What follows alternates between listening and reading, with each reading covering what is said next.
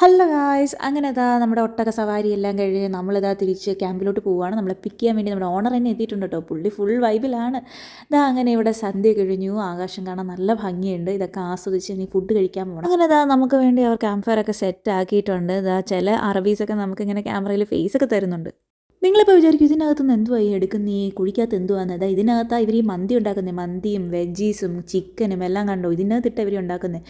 ഈ കുഴി കണ്ടോ, കുഴിയുടെ ആഴം കൊണ്ട് ഇവർ എങ്ങനെ എടുത്തതെന്നൊന്നും പിടിയില്ല. അങ്ങനെ ഫുഡ് ഐറ്റംസ് ഒക്കെ എത്തിയിട്ടുണ്ട്. സാലഡുണ്ട്, എന്താ പറയുക, അതിൻ്റെ കൂടെ എല്ലാ മന്തിയുടെ കൂടെ ഉള്ള എല്ലാ ഐറ്റംസും ഉണ്ട്. ഇനി കഴിക്കുക തന്നെ.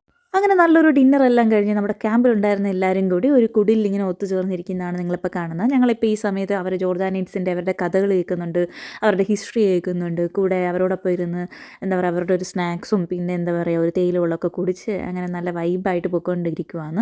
അങ്ങനെ ഇന്നത്തേക്ക് വിടാം. നാളെ നമ്മുടെ ജേണി വീണ്ടും തുടരുകയാണ്. So like, share and subscribe. By.